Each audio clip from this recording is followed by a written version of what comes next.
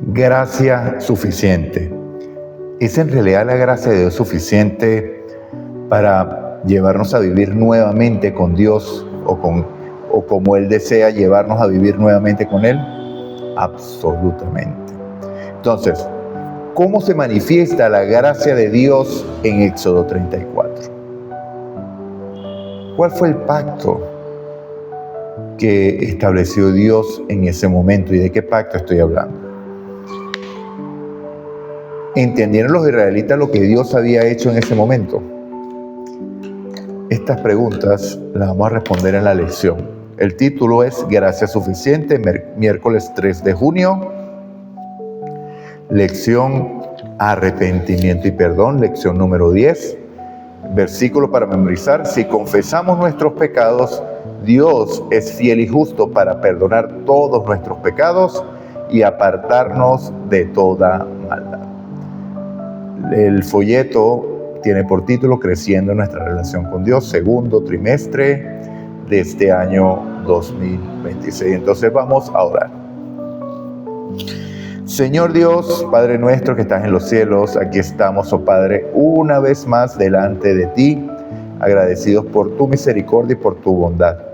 Gracias, Padre, por tu poder, porque ese poder nos sacó de las tinieblas a la luz admirable, nos sacó del lodo cenagoso y puso nuestros pies en la roca. Entonces, por eso decimos con propiedad y a manera de alabanza, de exaltación a tu nombre, que tú eres grande y eres poderoso, porque experimentamos ese poder en nuestras vidas. Gloria a ti, mi Señor. Perdona nuestros pecados, límpianos también de toda maldad, y que tu Santo Espíritu nos tome enteramente, Señor. Que controle nuestra vida, que controle nuestros impulsos, que tome el control de cada decisión. Oración que hemos hecho en el poder y en el nombre de Jesús. Amén y amén. Mis amados, ¿cómo podemos experimentar nosotros la gracia de Dios? ¿O cómo has experimentado tú la gracia de Dios? ¿Acaso ya fuiste movido a arrepentimiento por el Espíritu Santo? ¿Ya te diste cuenta del gran pecado que cometiste al llevar a la muerte a su Hijo unigénito, a su amado? De tal manera te amó a ti que lo entregó por ti. ¿Ya entiendes lo que sucedió? Si es así, ya fuiste llevado al arrepentimiento y ya entiendes lo que es la gracia. La gracia es lo que define la justificación por la fe, porque por gracia sois salvos mediante la fe, no vuestro para que nadie se gloríe, ¿cierto? No por obras para que nadie se gloríe. Entonces, ¿qué es esa justificación por la fe? Precisamente es la obra de Dios que abate en el polvo la gloria nuestra, la de nuestras capacidades, y hace por nosotros lo que nosotros no podemos hacer por nosotros mismos, y eso se resume en una sola palabra: salvación. Nosotros no nos podemos salvar a nosotros mismos. Entonces, ¿cómo se manifiesta la gracia de Dios en Éxodo 34?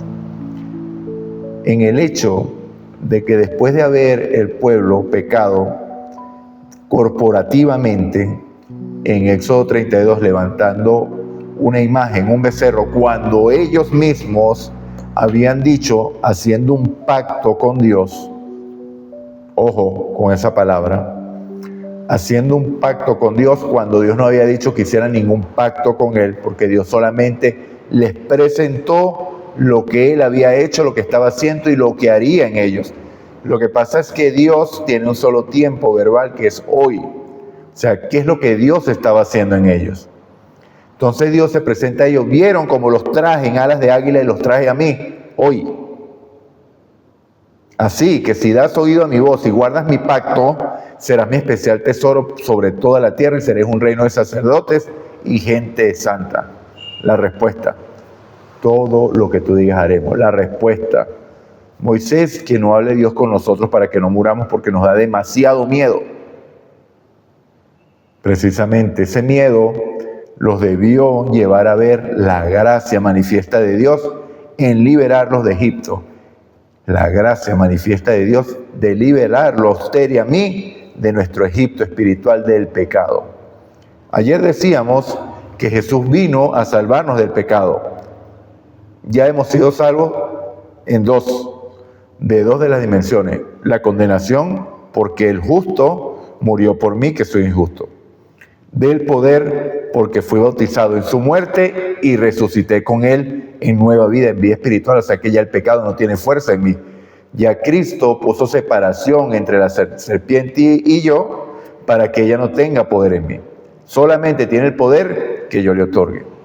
Pero ya Cristo hizo todo para que ese poder fuera quebrantado totalmente. ¿Ok? Entonces, esto ya sucedió, pero falta una presencia del pecado, que eso sí va a ser cuando Él venga.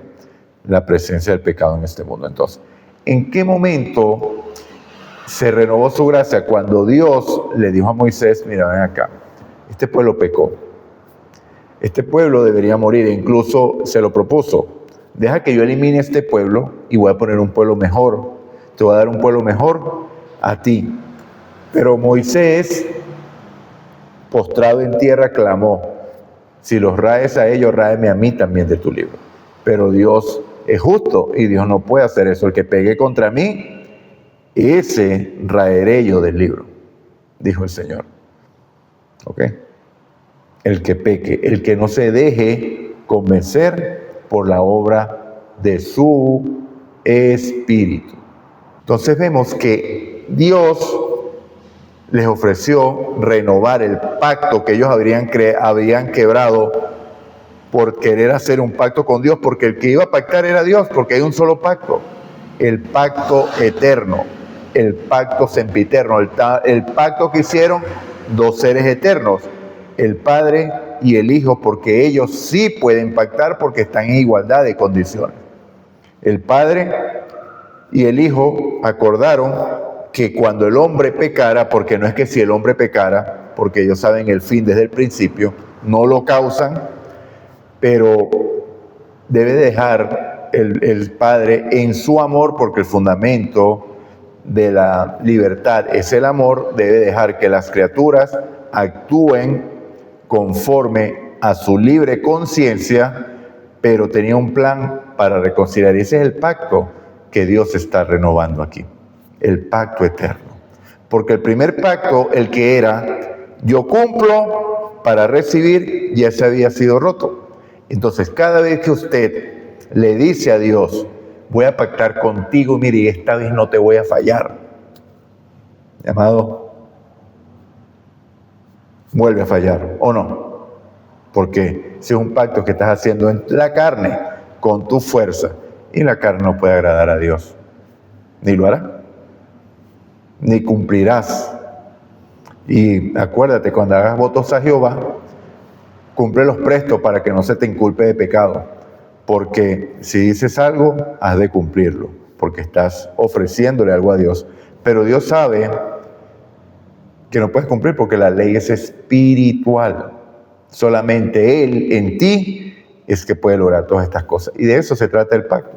Entonces, la próxima vez que venga la cena del Señor, que tú escuches, renovemos nuestro pacto con Dios. Ten en claro que tú no puedes renovar pacto con Dios. Puedes aceptar el pacto que Él hizo nuevamente. Eso sí, decirle a Dios, acepto ese pacto eterno en el cual yo estoy siendo salvo. Gracias, Padre. Eso sí lo puedo hacer. Pero yo no puedo decir, no, estoy renovando el pacto con Dios. ¿Cuál pacto? Tú no hiciste ningún pacto con Dios. Tú cuando entraste a las aguas bautismales no estabas sellando un pacto con Dios.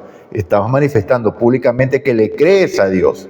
Que crees en Dios y le crees a Dios, y que por medio del bautismo pasas a formar parte, o ya estabas formando parte del pueblo de Dios, y ahora lo estás manifestando públicamente. ¿Por qué? Porque el deber ser es que la decisión del bautismo sea una decisión del Espíritu, porque este es un paso que es espiritual. ¿Por qué hay tantas fallas en algunas personas bautizadas que se bautizan no convertidos? No por la obra del Espíritu Santo, sino por un impulso, por manipulación, por una emoción, por tantos motivos, porque creen que bautizándose van a alcanzar el favor de Dios. Nada de eso. Esa es una decisión que el Espíritu Santo te toma y te hace entrar. ¿Para qué? Para que nazca el hombre nuevo. Si lo haces sin haber sido tomado por el Espíritu, eso no dura, mi amado. Eso no dura. Puede, no te digo que no lo hagas si tienes la intención de hacerlo, porque hay gente que ha entrado a los aguas bautismales. Mi mismo caso, yo mismo soy un testimonio de eso. Y luego el Señor hizo su obra. ¿Por qué? Porque yo estaba movido por un deseo, por una intención, ya yo había hecho la fe de Jesús, pero no había conversión. Tan así, y este es un testimonio poderoso, que estando en la pila, en el agua ya, el pastor me preguntó, y este testimonio ya se los he dicho anteriormente a ustedes, que si todo estaba bien, que si yo había confesado todo, que si había puesto todo en cuenta con Dios. Yo le decía que sí, todo está en cuenta con Dios, pero mi corazón no estaba regenerado. ¿Por qué? Porque seguí cometiendo los mismos pecados que cometía antes de entrar en la pila bautismal. Por eso, los mismos pecados. Entonces, el pastor dijo, bueno, si tú dices que están las cosas bien, están bien. Pero de todas maneras el Señor te dice esto. Primera de Juan, capítulo 1, versículo 9, ¿sí? Si confesamos nuestros pecados, Dios es fiel y justo para perdonar todos nuestros pecados, librarnos de toda maldad. Y después, en el primer versículo del capítulo 2 dice, hijitos míos, estas cosas os digo para que no pequéis. Pero si alguno hubiere cometido pecado, abogado tenemos para con el Padre, a Jesucristo el justo. Eso me dijo el Señor a mí. Su gracia, mi amado. Ya el Señor sabía cómo yo iba a actuar. Ya el Señor sabía que yo no estaba convertido. Pero el Señor me animó a decir, sigue confiando en mí. Y clama ese perdón, porque yo voy a hacer la obra en ti, si tú me lo permites. Llegó el momento que me confrontó mi vía o mi camino a Damasco. Y ahí entendí yo que Dios se estaba revelando a mí y que yo debía tomar una decisión allí. Aceptarlo o rechazarlo. Y bueno, y aquí estamos. Entonces ya sabes qué decisión tomé. Bueno, mi amado, para continuar, la gracia es suficiente. Vemos la gracia de Dios revelada y en el versículo 10 le dice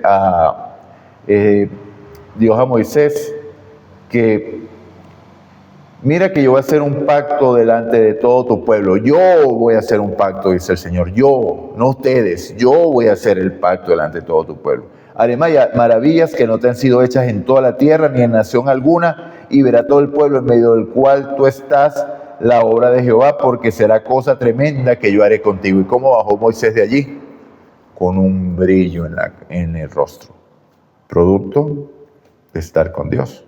La gloria de Dios manifiesta en Moisés. ¿Por qué? Porque Dios se reveló ante él. ¿Y cómo se reveló Dios ante él? Una vez más, la gracia, Jehová, Dios fuerte, misericordioso y piadoso, tardo para la ira y grande misericordia y verdad, que guarda misericordia a millares, que perdona la iniquidad, la rebelión y el pecado, pero que de ningún modo tendrá por inocente al malvado, que castiga la maldad de los padres sobre los hijos y en los hijos de los hijos hasta la tercera y cuarta generación. Esto no es que está cargando el pecado sobre los hijos, que el bebé nace con el pecado del padre, porque después en Ezequiel capítulo 18 el Señor lo aclara, que el padre, él no pagará los pecados del hijo, ni el hijo pagará los pecados del padre. Simplemente que el hijo va a seguir el ejemplo del padre. Si el padre es idólatra, ¿qué va a hacer el hijo? Idólatra. Si el padre era homicida, ¿qué va a hacer el hijo? Homicida. Si era fornicario, ¿qué va a hacer el hijo? Fornicario. ¿Hasta qué? ¿O hasta cuándo? Hasta que uno de la generación caiga a los pies del Señor y todo ese siglo se rompa. ¿Por qué? Porque Dios le va a dar misericordia. Entonces vemos el caso, por ejemplo, vamos a poner mi ejemplo, mi testimonio. Dice el Señor, guarda misericordia a millares, perdona la iniquidad, la rebelión y el pecado. Yo me bauticé, pero seguía cometiendo los mismos pecados que cometí antes de bautizarme. Entonces, no había arrepentimiento, no me había arrepentido. No había visto lo que el pecado le causaba al Hijo de Dios. Cuando Él me confronta, todavía no había visto lo que el pecado causaba al Hijo de Dios, pero por medio de una decisión consciente el Señor me lleva a Él y ahora sí empieza a trabajar en mi corazón. Y ahora yo le explico a usted, por la gracia de Él, para la gloria de su nombre, que lo que Él nos explica es el dolor que le causa el pecado a Cristo y que nosotros somos los culpables de ese dolor. Por tanto, gracias. Gracias. Porque el justo murió en tu lugar, que tú eres injusto. El justo murió en mi lugar, que yo soy injusto. O yo era injusto, mejor dicho. Porque cuando Dios me declaró justo, me hizo justo. ¿Ok? Ahora veamos, amado. Jesús es el que nos busca siempre, como buscó a Adán. Nosotros no nos vamos a arrepentir. A través del Espíritu Santo, Él llega a nosotros siempre. Por más que lo rechacemos, Él está a un lado esperando que clames a Él para que Él venga a salvarte. Entonces vamos a considerar estos versículos y cómo se demuestra la gracia aquí. Porque la paga del pecado es muerte, pero el don gratuito de Dios es la vida eterna en Cristo Jesús, Señor nuestro. Creo que no hay que explicar mucho, ¿no? Allí. Eso es Romanos 6:23. ¿Qué hay que explicar allí? La paga del pecado es muerte. Estabas tú muerto en delitos y pecados, por supuesto, pero ¿quién murió? Cristo en tu lugar. Entonces, ¿se manifiesta la gracia de Dios allí? 1000%. Pero el pecado abundó, sobreabundó, pero donde el pecado abundó, sobreabundó la gracia, para que así como el pecado reinó para muerte, así la gracia reine para la vida eterna mediante la justicia de Jesucristo, Señor nuestro. Romanos 5, versículo 20 y 21. Romanos capítulo 5, 20 y 21. Donde abundó el pecado, sobreabundó la gracia. ¿Por qué? Porque cuando se revela el pecado por medio del Espíritu Santo, ¿dónde abundó el pecado? En mí. Y que sobreabundó la gracia. Porque Dios pasó por alto ese pecado, porque aún no ha llegado el juicio. Por eso es que dice que no tendrá por inocente al culpable, porque hasta que no sea yo enjuiciado, ese pecado que yo cometía no me va a condenar. Pero si no acepto la salvación que Dios me está presentando, ese pecado me va a alcanzar. Y entonces Dios no tendrá por inocente al culpable. Pero Él perdona la iniquidad y perdona el pecado, porque ya Cristo murió por nosotros. Pero hay un detalle. Si crees que Cristo murió por ti, eso es válido para ti. Si no lo crees, el pecado sigue en ti. Porque no lo estás cargando sobre el Cordero. El santuario, mi amado. El santuario. Último versículo. Pero Dios muestra su amor hacia nosotros en que siendo aún pecadores, Cristo murió por nosotros. Aquí no hay que decir, aquí no hay nada que añadir. Mi amado, ¿es suficiente la gracia? Piensa en tu vida. Y si aún no has aceptado a Cristo porque piensas que te vas a perder muchas cosas que hoy tienes acceso, es un error. Es un error. Acepta. Cristo está a las puertas. No cambies lo eterno por lo momentáneo. No cambies el bien por el mal. No cambies la bondad por el pecado. El placer es efímero, dura poco. Pero la dádiva de Dios, que es en Cristo Jesús, dura para siempre. No merecemos vivir en un mundo sin llanto, dolor ni clamor, porque nosotros le hicimos vivir a Cristo llanto, dolor y clamor. Pero en eso demuestra Dios su gracia para con nosotros y su amor, en que aun siendo pecadores, Cristo murió por nosotros. Oremos. Señor Dios y Padre nuestro que estás en los cielos, toda la honra, la gloria, la alabanza es tuya. Gracias te damos, oh Padre, por tu bondad y por tu amor. Gracias te damos por tu inmensa misericordia y por tu cuidado. Perdona nuestros pecados, oh Dios, límpianos también de toda maldad y que tu Santo Espíritu nos tome enteramente como tuyos, oh Dios. Guárdanos y guíanos, perdónanos, úsanos en tu servicio, Señor.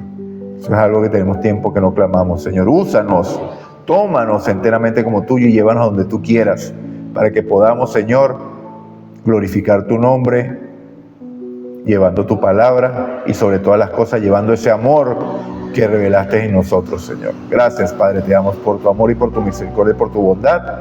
Oración que hemos hecho en el poder y en el nombre de Jesús. Amén y amén. Dios te bendiga, Dios te guarde. Maranata, Cristo viene.